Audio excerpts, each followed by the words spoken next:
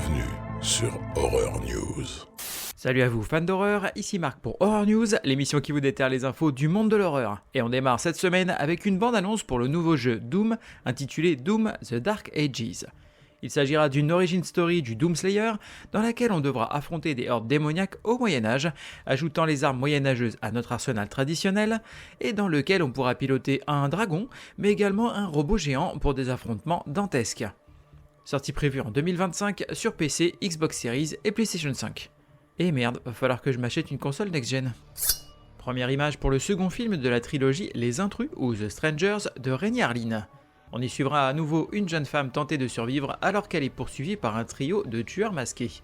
Ce deuxième opus devrait sortir plus tard dans l'année, avant un troisième film début 2025.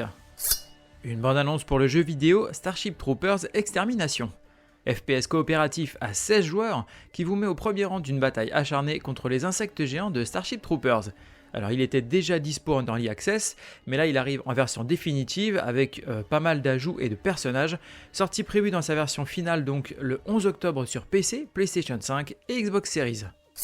Le film Screamboat, mettant en scène un tueur déguisé en la version de Mickey appelée Steamboat Willie, s'offre l'acteur David Howard Thornton en tant que tueur sous le masque de la souris. David Howard Thornton, il est connu pour avoir incarné notamment le terrifiant Art le Clown dans la saga Terrifier. Une bande-annonce pour le jeu vidéo Survival Horror intitulé Slitherhead. Dans ce jeu à la troisième personne, vous devrez éradiquer des envahisseurs ayant pris forme humaine. Sortie prévue le 8 novembre sur PC, PlayStation et Xbox Series. Le film de 1998, intitulé Les Ensorceleuses, devrait avoir une suite avec le retour des deux actrices originales, Sandra Bullock et Nicole Kidman. L'original suivait deux sœurs sorcières, surmontant notamment une malédiction grâce à leur lien et à la magie. Fan du réalisateur Wes Craven, cette info est pour vous.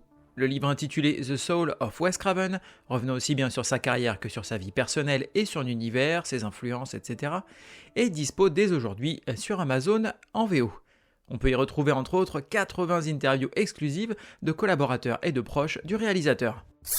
Une bande-annonce pour le jeu vidéo intitulé No More Room in Hell 2. Il s'agit d'un FPS faisant fortement penser au jeu culte Left 4 Dead, dans lequel vous devrez survivre avec votre groupe pendant une apocalypse zombie. Sortie prévue pour Halloween sur PC via Steam. Une nouvelle série adaptée de l'œuvre d'Anne Rice et intitulée The Talamasca viendrait officiellement d'être commandée par la chaîne AMC pour une sortie en 2025. On y suivrait une société secrète surveillant les activités paranormales de notre monde, et en particulier les vampires, sorcières, fantômes et autres loups-garous. Le film de loup-garou avec l'acteur Frank Grillo, et sobrement intitulé Werewolves, se date pour une sortie le 6 décembre au cinéma US. On y suivrait un événement astronomique mondial appelé la Superlune, ayant transformé tous les humains y étant exposés en loups-garous, causant ainsi un carnage mondial. Un an plus tard, alors que l'humanité se reconstruit, la Superlune est de retour. Alors que le film Dog Soldiers fête ses 22 ans, son réalisateur Neil Marshall, interrogé il y a peu sur une possible suite, confie qu'il aimerait beaucoup faire ce second opus, qu'il a déjà une histoire et qu'il ne lâche pas cette idée, mais que les droits sont bloqués pour le moment. Il ne reste donc plus qu'à croiser les doigts et à être patient, mais en attendant, Dog Soldiers est disponible sur la plateforme Shadows. Une nouvelle série animée Scooby-Doo, intitulée Go Go Mystery Machine, serait en développement. On y suivrait Scooby et Sammy en voyage au Japon et qui vont accidentellement libérer des centaines de monstres mythiques dans l'archipel. Ils vont alors se faire aider de nouveaux amis afin de régler la situation. Le réalisateur Henry Selick, notamment connu pour L'étrange Noël de Monsieur Jack, annonce que son prochain film, intitulé L'océan au bout du chemin, sera en stop motion et sera presque une suite au film Coraline. Il s'agit de l'adaptation de l'œuvre de Neil Gaiman, dans laquelle un homme retournant dans la maison de son enfance pour assister à des funérailles va se retrouver plongé dans des souvenirs d'enfance plutôt inhabituels. L'actrice Emily Blunt, notamment connue pour Sans un bruit, serait en négociation afin de rejoindre le casting du mystérieux prochain film du réalisateur Steven Spielberg, dont le sujet tournerait autour des ovnis. Le film Possession de 1981 devrait avoir droit à un remake écrit et réalisé par Parker Finn, notamment connu pour Smile, et produit par Robert Pattinson, notamment connu pour The Lighthouse. Le film original suivait un couple qui, suite à une longue absence du mari, semblait se désagréger, alors que la femme quittait le domicile pour rejoindre son amant dans une étrange demeure où semble se cacher une créature surgie des ténèbres. It's alive! Oh, it's alive! It's alive! It's alive! Alors, pour l'agenda de ce numéro, pour le coup, je vais vous faire 2 semaines d'un coup. Pourquoi ? Parce que le week-end prochain, je serai au Bloody Weekend et je ne pourrai donc pas vous enregistrer d'épisode.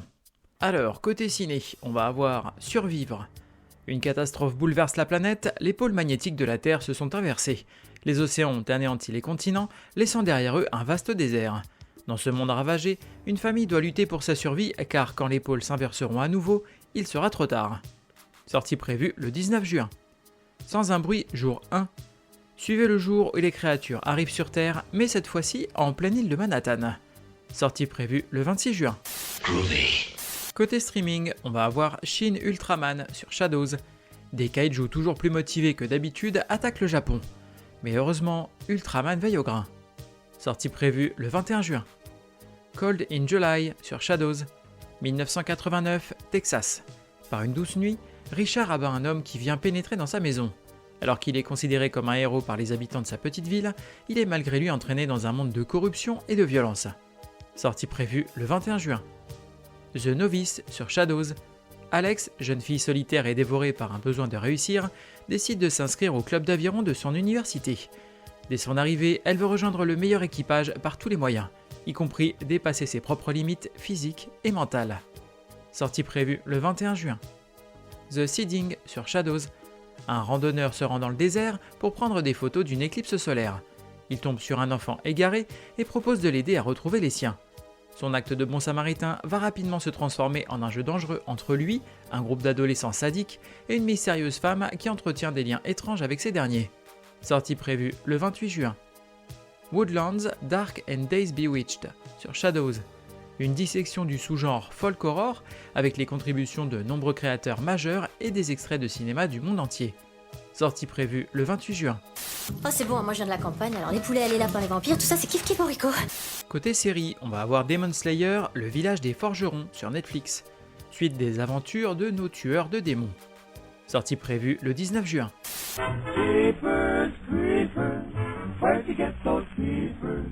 Côté VOD, DVD et Blu-ray, on va avoir Creepshow saison 4 chez ESC Distribution. 4ème saison de l'anthologie horrifique présentée par le Creep. Sortie prévue le 26 juin. They're coming to get you, Barbara. Côté livre, on va avoir Godzilla Legends chez Vestron en comics. Se concentrant sur la redoutable galerie d'ennemis de Godzilla, chacune des 5 histoires de Godzilla Legends met en lumière un kaiju face au roi des monstres.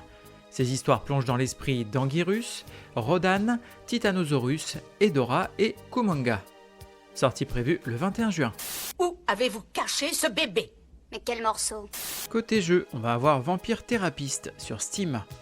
Guider les vampires à travers des siècles de bagages émotionnels, des décennies de délire et des crises de dégoût de soi grâce à de véritables concepts de thérapie cognitive et comportementale, et devenez un thérapeute pour vampires. Sortie prévue le 17 juin.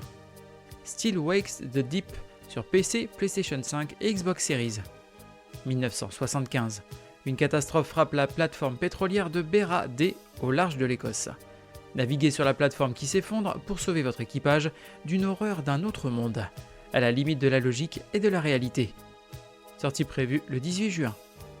Horror Tales de Begar sur PC, PlayStation et Xbox.